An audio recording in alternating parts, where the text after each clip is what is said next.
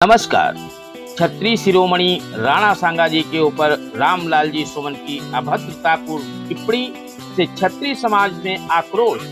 नमस्कार दोस्तों, जनपद सोनभद्र उपस्थित हूँ पिपरी थाना पे और यहाँ पर श्री राजपूत करणी सेना के लोगों ने काफी संख्या में यहाँ पर अपनी उपस्थिति दर्ज कराई है। क्या कहना चाहेंगे कि श्री राजपूत करणी सेना का विशेष जमावड़ा जो यहाँ पे हुआ है, क्या कारण है?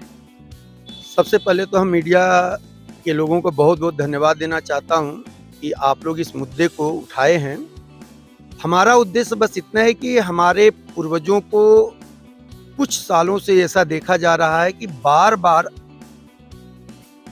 ऐसे विपरीत परिस्थितियों में भी अपशब्दों का प्रयोग किया जाता है, जो कि पूरा इतिहास बताता है कि राजपूत हमेशा इस देश के लिए अपना सब कुछ न्यौछावर करके, यहाँ तक कि अपनी जमीन को भी न्यौछावर करके लोगों समाज को बांट दिया है। आज हमारा राजपूत समाज बहुत कमजोर हो चुका है, आर्थिक स्थिति में भी हो चुका है। सरकार लेकिन अभी भी मान रही है कि हमारा राजपूत समाज बहुत ही मजबूत है। फिर भी हम लोग किसी भी अन्य जाति को यह ध्यान में रखते हुए कि सभी का सहयोग हमारे भारत की स्वतंत्रता में रहा है, लेकिन फिर भी हमारे पूर्वजों को ये लोग गालियां देते हैं। और रामजी लाल सुमन जो इसका एक उदाहरण है, तत्कालिक घटना राज्यसभा में जो दिया गया है।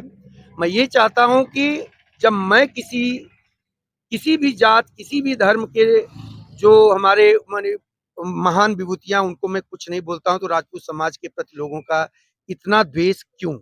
इस पर स्टॉप लगनी चाहिए, अन्यथा हम लोग मजबूर हो जाएंगे। अगर सरकार इस पर ध्यान नहीं देंगी तो हम लोग मजबूर होंगे आगे की व्यूह रचना को बनाने के लिए।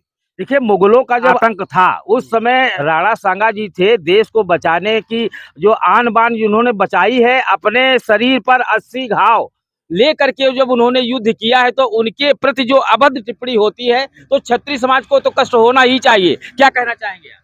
बस यही है कि जो उनको सम्मान मिलना चाहिए, उसको सम्मान को न दे करके उनको गद्दार कहा जा रहा है। इस तरह की टिप्पणी अक्षम्य है। ऐसे लोगों को समाज के द्वारा और सरकार के द्वारा दंडित किया जाना चाहिए, नहीं तो इसका विरोध हम लोग हर हद तक जाके करेंगे।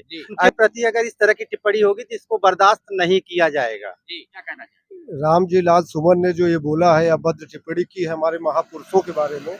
हमारे महापुरुष हमारे भगवान हैं, उन्होंने हमारे देश के लिए किया है, न कि किसी एक जात के लिए किया है। इसलिए उनकी अभद्र टिप्पणी बर्दाश्त नहीं किया जा सकता है।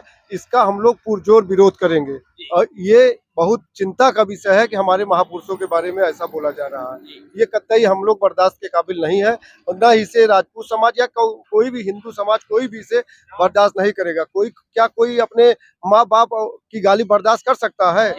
कतई नहीं। काफी आक्रोशित है छत्री समाज, श्री राजपूत करणी सेना के लोग, और जो विरोध प्रदर्शन होता है इसको कई तरीके से लोग उन्होंने किया है। देखिए, ये केवल छत्री समाज के लिए नहीं है उन्होंने अभद्र टिप्पणी किया है।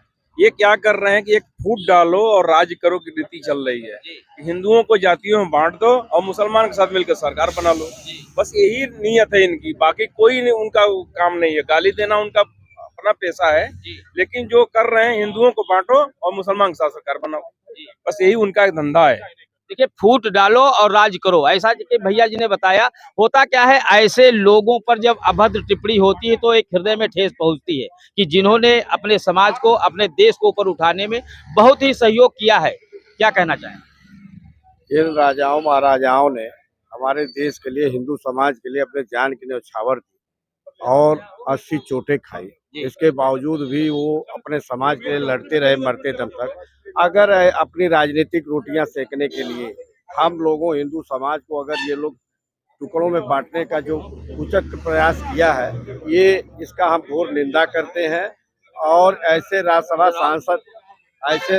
सांसद को जितनी कड़ी से कड़ी सजा दी जाए वो देना चाहिए सरकार को, और उसको राज्यसभा से बर्खास्त करना चाहिए। आप क्या कहना चाहेंगे? रामलाल सुमन ने जो अभद्र टिप्पणी की है, वो अज्ञानता बस कह रहे हैं। हमारे पूर्वजों ने सनातन की रक्षा के लिए तन मन धन तीनों जगह जमीन सभी जो है कुर्बान किए।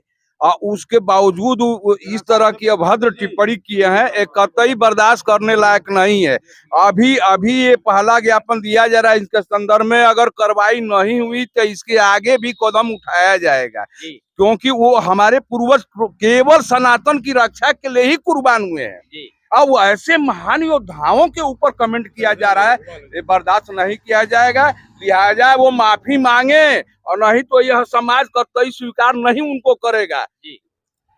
सर्वप्रथम तो आज हमारे इस सनातन धर्म के व्यवस्था का इस साल का प्रथम दिन है, तो मैं अपनी ओर से सारे सनातनियों को आज प्रथम वर्ष की प्रथम दिन पर शुभकामनाएं प्रेषित करता हूं।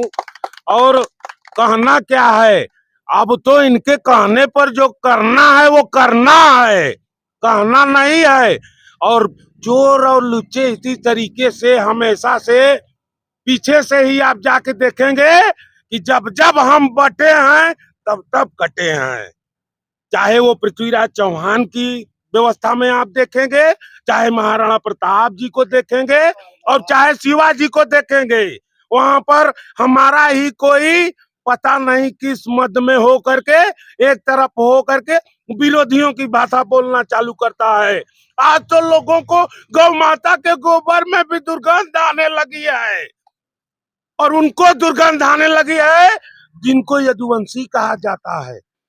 तो हमको एक रहने की जरूरत है, और हमारे पूर्वजों के ऊपर कोई अंगुली उठाएगा तो हमारा अभी खून ठंडा नहीं हुआ है, एकदम उबाल मार रहा है। और अगर इसी तरीके से खून उबाल मारता रहा तो इस देश को हिंदू राष्ट्र होने में देर नहीं लगेगी। देखिए, सभी लोगों ने अपने अपने विचार व्यक्त किए हैं और काफी आक्रोशित है क्षत्रिय समाज और सभी लोग। यहाँ पर जो भी लोग आए हैं, सभी लोगों ने अपनी विचारधारा प्रस्तुत की है। मैं संजय श्रीवास्तव, नमस्कार।